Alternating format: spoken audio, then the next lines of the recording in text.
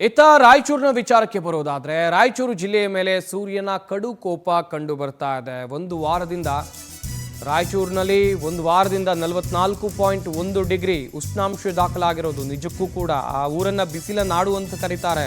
ಅತಿ ಹೆಚ್ಚು ಬಿಸಿಲು ಅಥವಾ ಉಷ್ಣಾಂಶ ಅಲ್ಲಿ ದಾಖಲಾಗ್ತಾ ಇದೆ. ರಾಯಚೂರು ರಣ ಬಿಸಿಲಿಗೆ ಬೈಕ್ ಸವಾರ ಸುಸ್ತು.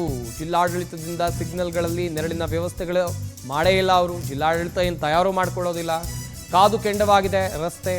120 ಸೆಕೆಂಡ್ ನಿಲ್ಲುವಂಥ ಪರಿಸ್ಥಿತಿ.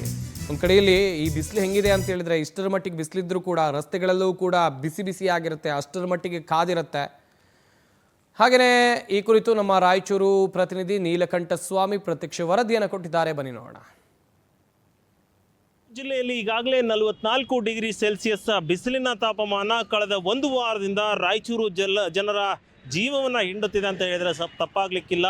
ಬಿಸಿಲಿನ ರಣ ಹೊಡೆತಕ್ಕೆ ಸಾಕಷ್ಟು ಜನ ಸಾಕಷ್ಟು ಸಮಸ್ಯೆಗಳನ್ನು ಅನುಭವಿಸ್ತಾ ಇದ್ದಾರೆ. ಇದೀಗ ನಾನು ರಾಯಚೂರು ನಗರದ ಗಂಜ್ ವೃತ್ತದಲ್ಲಿ ಇರ್ತಕ್ಕಂಥದ್ದು. ಇಲ್ಲಿ ಸಿಗ್ನಲ್ ಸಮಸ್ಯೆ ಏನಿದೆ ಅಂತ ತೋರಿಸ್ತಾ ಹೋಗ್ತಿದ್ದೀನಿ. ನೀವು ನೋಡ್ಬೋದು, ಇಲ್ಲಿ ರಾಯಚೂರು ನಗರದಲ್ಲಿ 2 ಸಿಗ್ನಲ್ ಇರ್ತಕ್ಕಂಥದ್ದು. ಒಂದು ಬಸವೇಶ್ವರ ವೃತ್ತದಲ್ಲಿ, ಇನ್ನೊಂದು ಗಂಜ್ ವೃತ್ತದಲ್ಲಿ ಇರ್ತಕ್ಕಂಥ ಒಂದು ಸಿಗ್ನಲ್. ಈ ಒಂದು ಸಿಗ್ನಲ್ ನೋಡ್ಬೋದು, ಯಾವುದೇ ರೀತಿಯಾದ ನೆರಳಿರೋದಿಲ್ಲ. 120 ಸೆಕೆಂಡ್ಗಳ ಕಾಲ ಇಲ್ಲಿ ಇವರು ಇದೇ ಒಂದು ರಣ ಬಿಸಿಲಿನಲ್ಲಿ ನಿಲ್ಲಬೇಕು. ಸಾಕಷ್ಟು ಸಮಸ್ಯೆ ಆಗುತ್ತೆ. ಮಕ್ಕಳು ಇರ್ತಾರೆ, ದೊಡ್ಡವರು ಇರ್ತಾರೆ, ಯಾವೆಲ್ಲ ರೀತಿಯಾಗಿರ್ತಾರೆ. ಒಂದಷ್ಟು ನೆರಳಿನ ವ್ಯವಸ್ಥೆ ಮಾಡಿದ್ರೆ ಸಾಕಷ್ಟು ಅನುಕೂಲವಾಗಲಿದೆ. ಹಾಗಾಗಿ ಈಗಾಗಲೇ ಬಿಸಿಲಿಗೆ ನಾವು ಜನರು ಸಾಕಷ್ಟು ಸಮಸ್ಯೆಯನ್ನು ಎದುರಿಸ್ತೀವಿ ಅನ್ನೋದಿದೆ.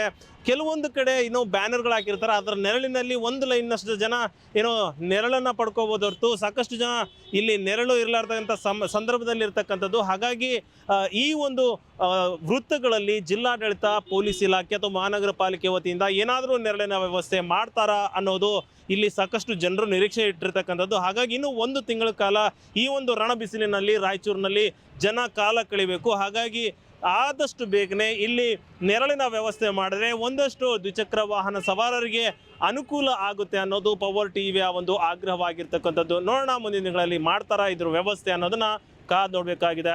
ವಿಡಿಯೋ ಜರ್ನಲಿಸ್ಟ್ ಅಬ್ದುಲ್ ಖಾದರ್ ಜೊತೆ ನೀಲಕಂಠ ಸ್ವಾಮಿ, ದಿನ್ನಿ, ಪವರ್ ಟಿವಿ, ರಾಯಚೂರು.